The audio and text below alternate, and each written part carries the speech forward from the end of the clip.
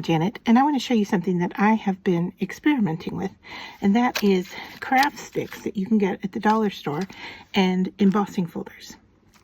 So what I have found, these are all been embossed and inked and colored and stamped and so forth. So what I want to show you is that, you know, smaller, closer patterns seem to work better. I even tried a three-dimensional embossing folder, and it kind of worked. I will share with you that results, but I'm going to grab a popsicle stick here and show you what I do is I put it into the embossing folder. Now, lining up straight can be a little difficult if you want a straight, and I found that going at an angle makes that design a little bit more interesting on the popsicle stick. So if you have a pattern like this that's pretty straight and rudimentary, you may want to try popsicle stick at an angle. The other thing you can do is put more than one popsicle stick in here at a time and emboss it. Now, I've sent this through my Gemini, and you just play around with your settings, you know, your plate thickness, and it doesn't really take a lot to emboss these, and you don't have to get them wet either. So let me move these out of the way and move these in and just show you that you have a couple of choices here. You've got embossing and debossing. So this side is the deboss. All right, so I put the light blue on first, and then I covered it with a darker blue. And then I did the edges as well. And so here is the other side where it is raised, and I put, you know, the dark on second. And I actually cut the ends off of this just with a pair of scissors, and I made a pair of earrings. Coated them with Mod Podge, used my crop-a-dial to poke the hole in here and set the rivet, and then I added some jewelry pieces to it, and I made a pair of earrings out of popsicle sticks, and I think those are really cute. And you could do different shapes. I mean, you can, that was just, you know, me cutting off the ends. I did a little tag. This was the first thing I did. So I cut off the end, I rounded the edges, inked it up, and thought, okay, this is gonna work, right? So this is the deboss side, and I applied water to it. So let me show you the differences. Here's the original popsicle stick. So here's the front side, and I think, boy, oh yeah, I sprayed this with some shimmer spray on top of it after I inked it. All right, so that's, you might be seeing a little bit of glitter. All right, so you can see the further apart the design is, the more you're going to ink in the background. And this was me taking the ink pad and just rubbing it over the top. And I'm going to show you how some of this works in just a minute. Then on the back side, what I want to show you is the debossing side. I played around with this and used water. Okay, after I had inked it, I wanted to see what would happen. So this part right here is no water. Okay, so it was the light green first, and then I swiped the brown over the top. Then I took and exposed that to just a mist of water. All right, and because these were distressed oxides, it reacts and gave a different color look. All right, and then 2 squirts of water and a swipe, and I got this, which is kind of what's happening on the back of this one. All right, so there's the 3 different kinds of looks that I got using water. So here are my popsicle sticks that I have done embossing on. And so here's the one, I don't know, can you see? Well, we'll put ink on it, you'll be able to see that this is the one where I put it in at an angle. Okay, then I also thought, well, you could do you know, bookmarks with this. So I had this embossing folder that had pattern at the top, pattern at the bottom, but then a blank in the middle. Let me see if I can grab it here real quick. Ooh, which one is it? I'm getting nudged by a cat while I'm trying to do this. Okay, I am not seeing it. right off the top, but I'm sure you understand what I'm talking about. So I thought this could be a bookmark, and you could actually put a sticker on here or some words on here, or stamp something, stamp a sentiment or something, and then, you know, put a tassel on the end, and you'd have a really nice bookmark in just leaving it in that shape. Now, I did notice that after you emboss them, they do curve a little bit. And then here is the one that I did the 3D embossing, and it turned this thing into almost like, I mean, are you seeing this? It's like paper. I had one fall apart on me. This end is still pretty, well, not really. I was going to say it's still pretty thick. But this end is still got some thickness to it, and I think I could probably cut off and use this little bit of it, and maybe this middle section here is not quite so flimsy. So from here to here, I might be able to do something with that, but the rest is just breaking off and is really super thin. It almost makes me think of like a cereal or something. I don't know why. It like crumbles like wheat. So, okay, so these are what I have. And I did these the other day, and I left them off to the side for a little bit, and now I thought, well, now I'm going to show you what I've done. So you've got a raised image, or you've got a debossed image, and we're just, you know, going to go in and ink these up. Now, when you do this, because it's wood, and you're breaking into the surface of the wood, if you rub your fingers over this, you're going to feel some roughness. You're going to feel, you know, where the fibers have broken. All right.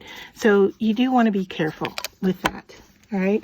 Now I'm just going to go over here and grab some ink and come back and show you what works. Okay, so on this one, I'm going to use speckled egg and shabby shutters. Now, you don't have to use distressed oxide. You can use any kind of ink you want.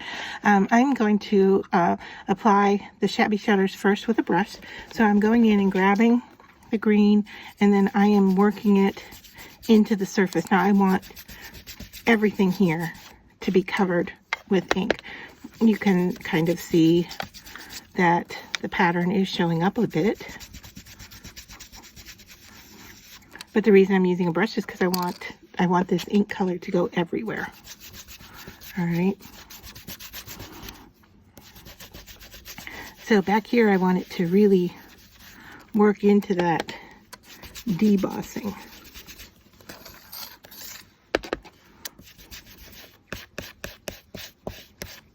Okay. Now you can go around the edges if you want, or you can do it with your next color if you want. But that looks like a pretty good coverage to me. Now, when I go to the next color that I want to put on here, you can take the ink pad and just rub right over it. You're going to get one kind of a look, and you may get some like smeariness, like what's happening here. That was my first attempt, was just to swipe it over the top surface. And then I found if you take a tissue, baby wipe, something like that, I'm just using a used baby wipe here, and just spritz it with a little bit of water. Okay. So spray bottle, one little squirt of water on my dirty old baby wipe. I'm going to go into my ink and pick some of that up. You can see I've got it on the surface. All right. Now I found gentle rubbing over the top, and you can see where at first it was just too much. Okay. Now with distressed oxide, of course, you can go in and wash that off, or hit it with, I mean, that's why I hit it with water the first time, was to see what happens. Okay, so there is that look. And then if I turn it over to the other side, I'm going to get the reverse look.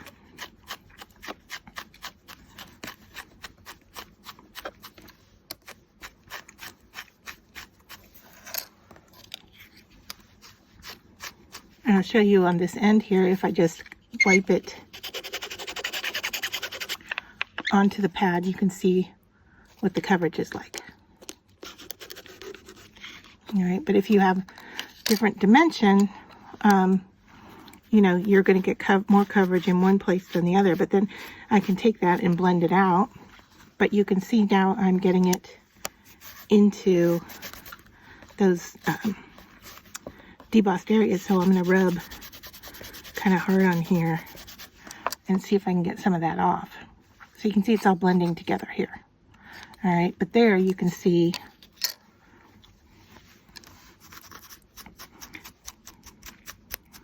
where we're getting a nice coverage of the two colors. And then of course on this side we've got most of it except for right there with the two colors. Now I could go in and rough up the rest of this to match this, right?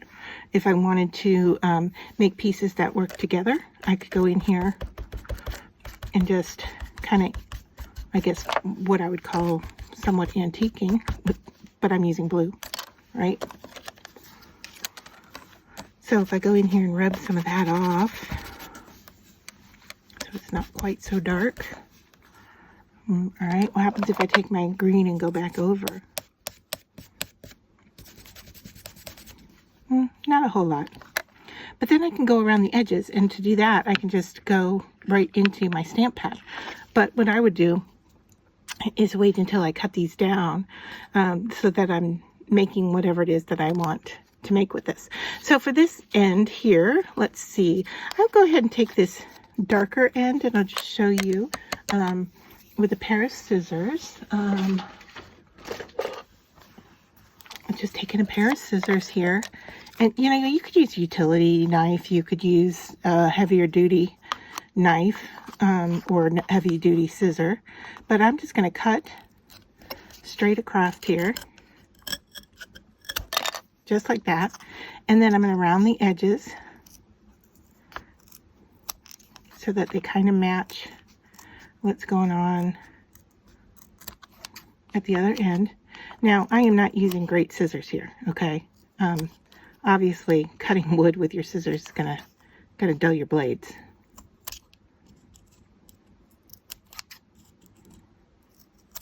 And the way this works, I don't know if you could even like punch it with something. If you had like I mean, I know you can punch a hole in it. So I just keep snipping at this until I get a look close to what I want. All right, it's a little wonky, but it's okay, because then I'm going to come in with a nail file and just go around that edge. Okay, sorry for the noise. I know some people don't like it. All right, but I'm going to now finish off that shape. Right, so that's not bad. Now I can go in and just run this over my stamp pad and make sure that those edges get blue on them all the way around. Just double checking here. I mean, if you want to even go in and you know, antique into the sides a little bit, you can go in at an angle. If you want to put more color on the front, you can rub it, you know, get in there with your finger and go add some color. All right.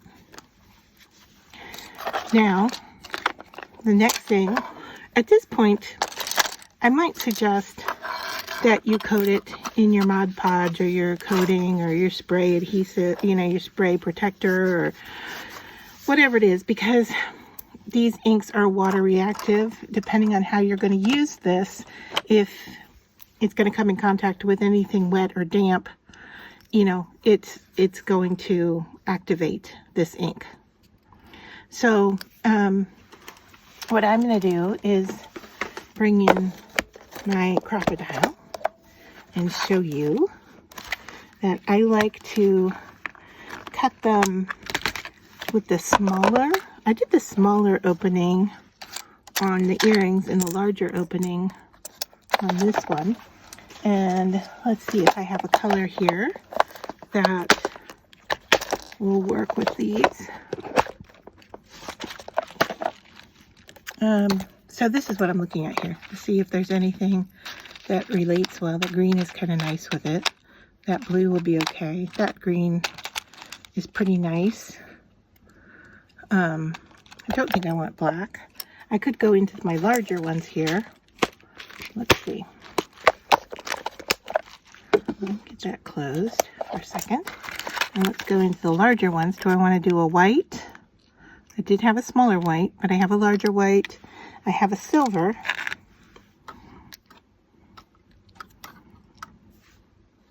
Let's just use the silver. That's fine. Or do we want to do a white on there? I think I'm going to go with the silver. These are metallic or metal, I guess is what I want to say, so that you could very easily, maybe color them if you wanted, or spray paint them first to whatever color you want. I don't think putting the ink on them is going to work, because I think it won't stay. Let's see, alcohol inks might work on a metal piece. All right, so I am going with the larger opening. So I'm going to line it up on the side here. And the nice thing about doing these popsicle sticks now is poke the hole in the side that I cut down, because the other side is machine made and it's a better shape. So I'm going to hide it this end with whatever I hang from it, or what I hang it onto. And I find that the popsicle sticks are just about the width here. So I want to center where I want that. And you'll see here that just, I hope I'm centering this pretty well. I'm trying to stay under the camera for you. All right, I'm just gonna go for it. And just like that, we poked a hole in it. And I'm gonna drop that in there and then set it. And I tend not to change the sizes up here. I could be using the wrong one, so don't yell at me. But it seems to work for what I'm doing, so I'm okay with it. And you can see both sides worked, so there, good to go. Now, if you want, you can now coat it with whatever works. Now, I used matte Mod Podge on this one and on the earrings. You could go glossy with it. You could, lots of different options here. You could leave it as is if you wanted to. I like the idea of coating it just to protect it. And what I did was I brought in kind of a small, inexpensive paintbrush. Looking to see if I still have it here, or if I left it up at the sink when I was cleaning. Doesn't matter. We can use this one. All right. So then I just went right into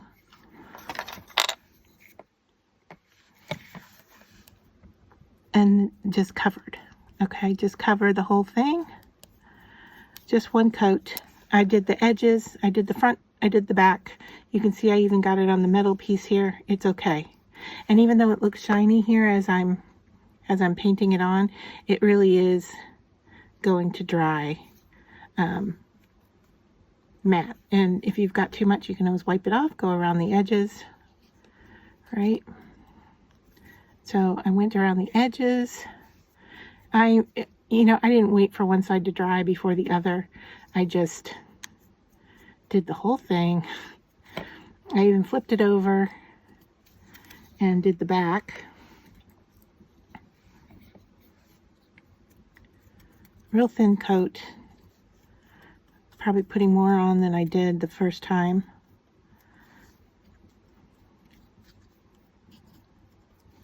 And if you don't have Mod Podge, you can even use white school glue. I mean, that's basically what this is. This is a kind of a glue. All right. And then I just left this leaning against something to dry, like with a little bit of lift to it.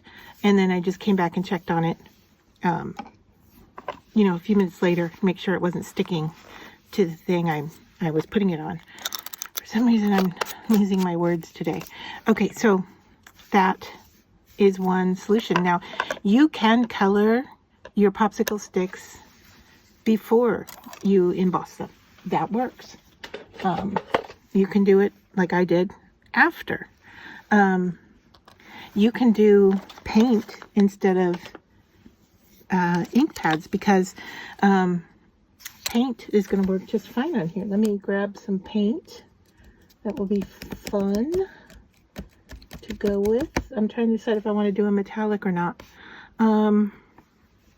Yeah, why not? We'll grab a metallic here. Got some in the lid. I'm going to use my same paintbrush that I just cleaned off. Make sure it's nice and wet. Go in here and grab that color. And then I'm just going to paint the whole surface. All right, get into all the nooks and crannies with this color. Now, if you want your color to be more intense, you know, you can put on as much a coat as you want, really. And then, what if we did like a rub and buff type coating on this instead of paint or instead of ink pad? What if we did a rub and buff? I was going to try to do a DIY with some similar to rub and buff, so maybe we'll do that and use it on this one and see how it works.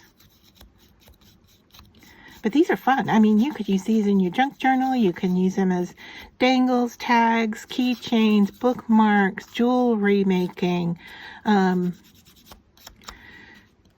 know, all kinds of different uses here. And it just works out really well.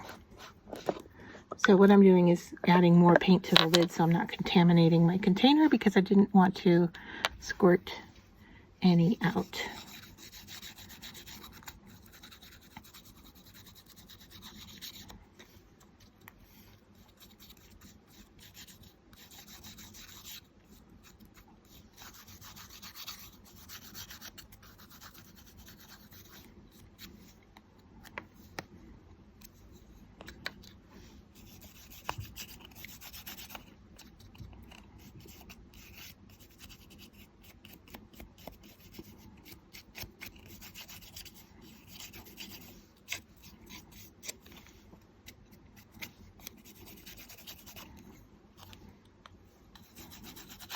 All right, so I just need to let that dry.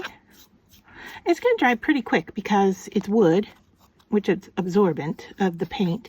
I'm using a very thin coat of the paint. Like I said, I definitely could add more to it if I wanted to.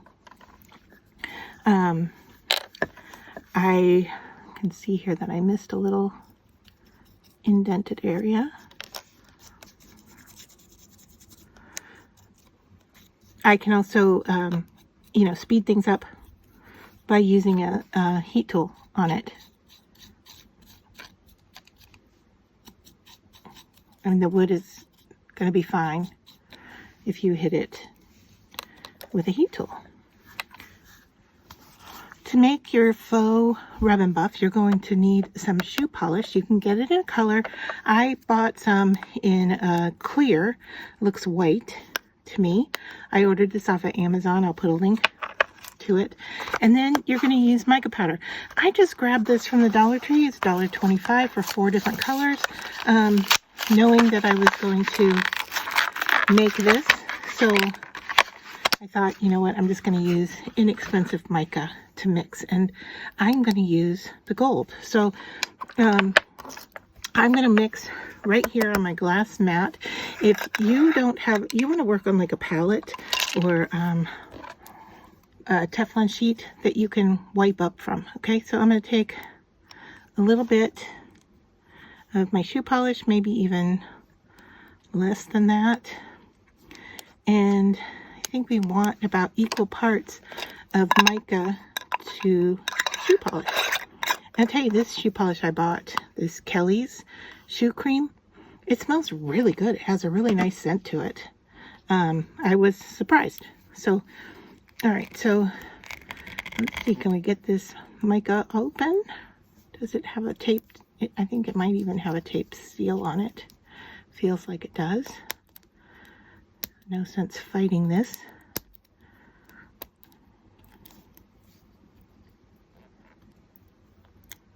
Let's see, can we get, yeah, I think that's the only one. Now let's see, oh, so much easier.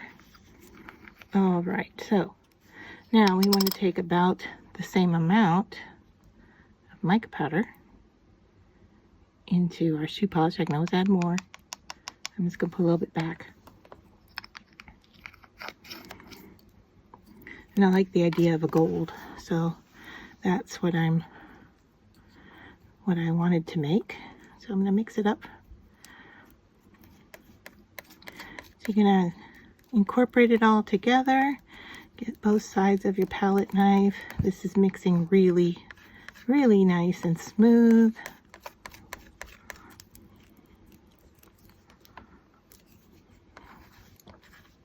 And I'm just going to scrape it up and put it into a little container. Now this is the smallest container I could find, but if you could find this size at the dollar store, you know, those little like paint ones, I forget, they come like 10 or more in a container. That would work perfect. So I'm just going to add this into my container so I can use it again later. And for my project that I'm working on, I'm just going to use what I have out here so I can put the lid on this. And I'll label that later, but there is my gold rub and buff.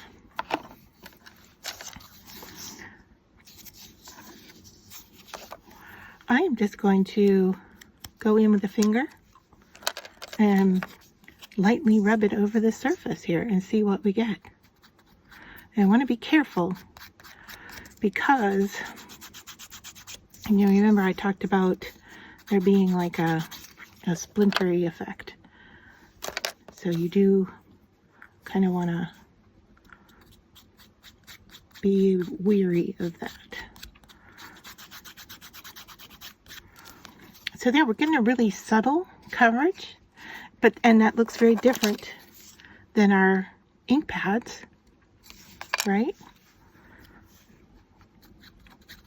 But I like this rub and buff idea because I am controlling where it's going, and not only that, but I am not getting as much, you know, fill in area, if you will. Just starting to get some down here where the design's a little looser or a little open, right? And I guess I am getting it everywhere, but that's a really nice look. And get some in these open areas. I mean, I can control it with my finger. Let's go to the other side and see what we get, right? And this that's here is already drying. I mean, this is drying so quick that I think I'm going to have to go in and grab some out of my container.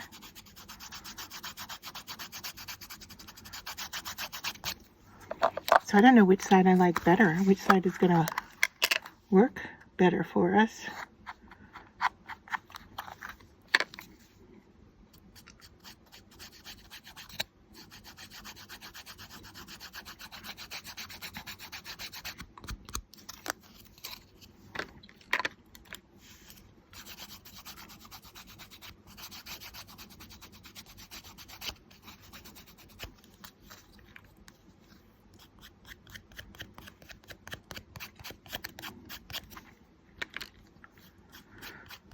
So how would you use these? Are you going to use them for junk journals, tags,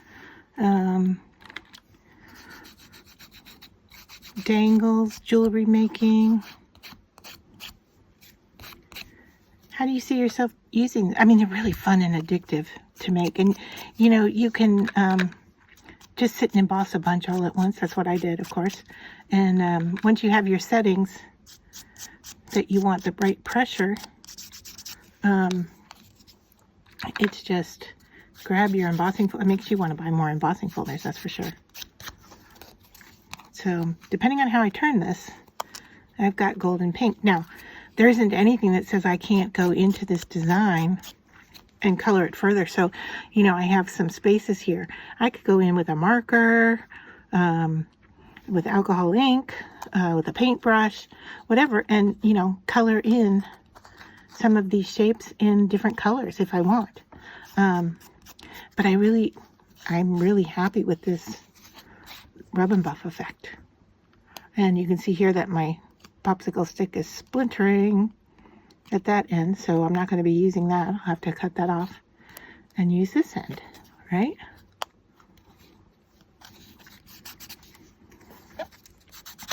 Or I could put some glue in there and glue it back together and save it. Do a little pinching, kind of clean it up a little bit if I want. So yeah, I mean, popsicle sticks, I don't know, what did I get? Like 50 for $1.25. So yeah, I mean, you've got a lot to play with.